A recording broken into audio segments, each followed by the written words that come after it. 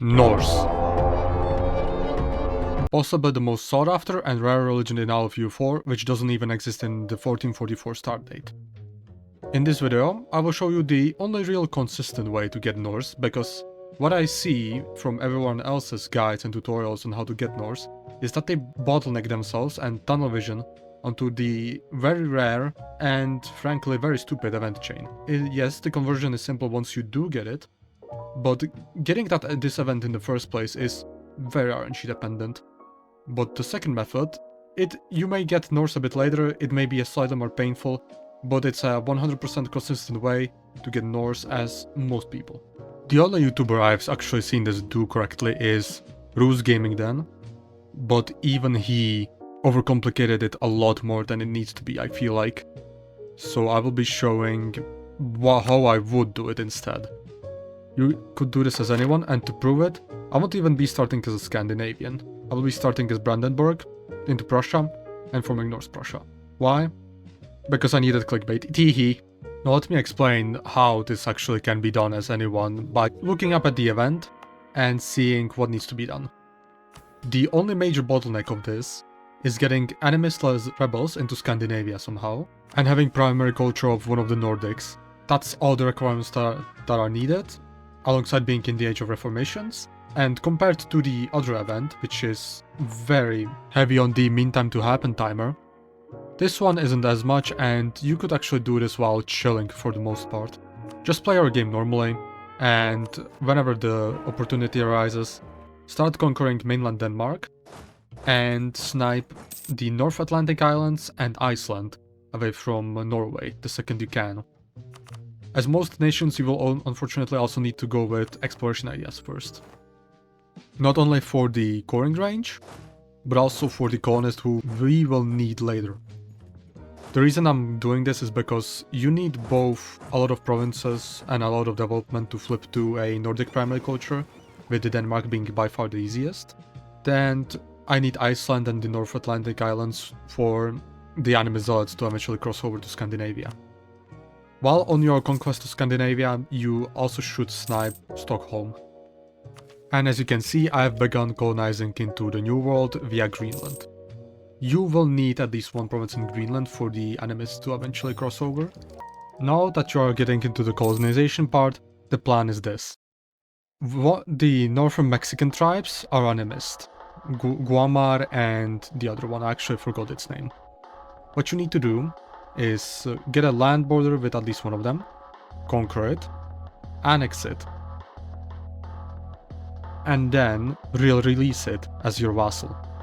If you have Diptech 7 or Diptech 9, they will inherit that technology and will be able to get a ton of coring range.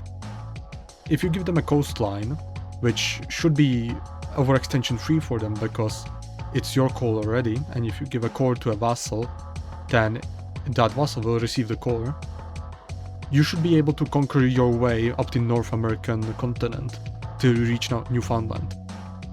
In Newfoundland, you need to colonize a province and then hand it over to the animist vassal and convert that Newfoundland province to animist through them. And then, after you do that, you seize the province, intentionally spawn the animist zealots from it, then let them hop from Newfoundland to Greenland to Iceland, and then in Iceland they will turn into the Norse zealots, and from Iceland they will eventually hop onto your homeland. And of course you are not rushing to do all of this, you are just setting this up till you get to the Age of Reformations. In this quick speed 5 run, which I don't really care about, I had the Age of Reformation spawned around 1510 or so, I actually forgot right now. But it did give me enough time to actually do the Prussia thing. Yeah, I formed Prussia, then I flipped to Danish primary culture, then just waited for Age of Reformations to pop, then I popped the animist zealots.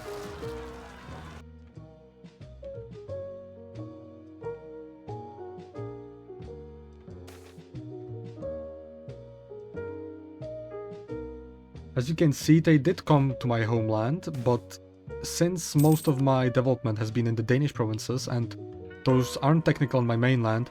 What I actually recommend doing is, once the Norse zealots convert enough of your mainland, you kill them, then you bring your capital over to your Scandinavian provinces, if you have it divided like me, and try to spawn the Norse zealots again in Germany.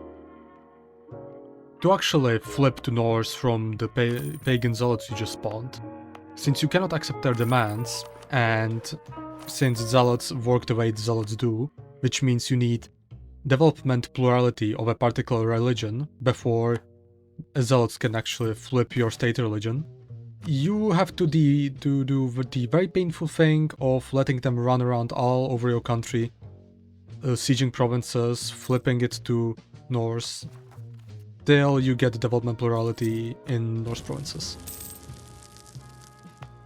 You can boost this however much you want, but overall, if you plan it well, if you take enough land, if you connect your country properly, or even have a good capital where most of your development is concentrated, this shouldn't be too difficult.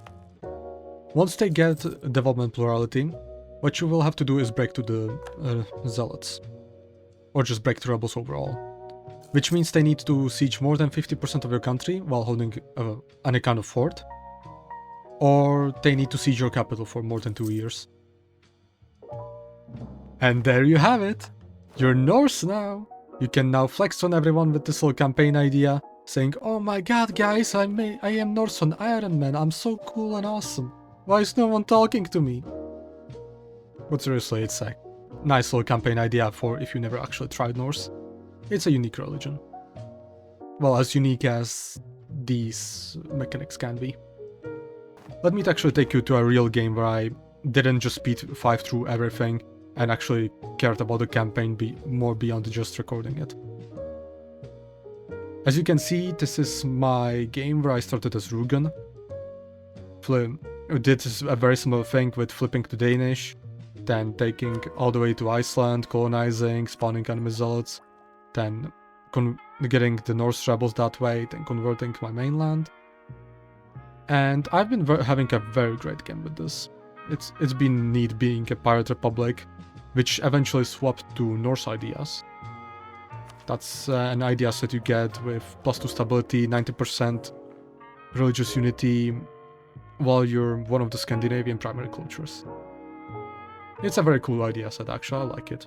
And as you can see, I went nearly full-blown colonial, even with just expo ideas.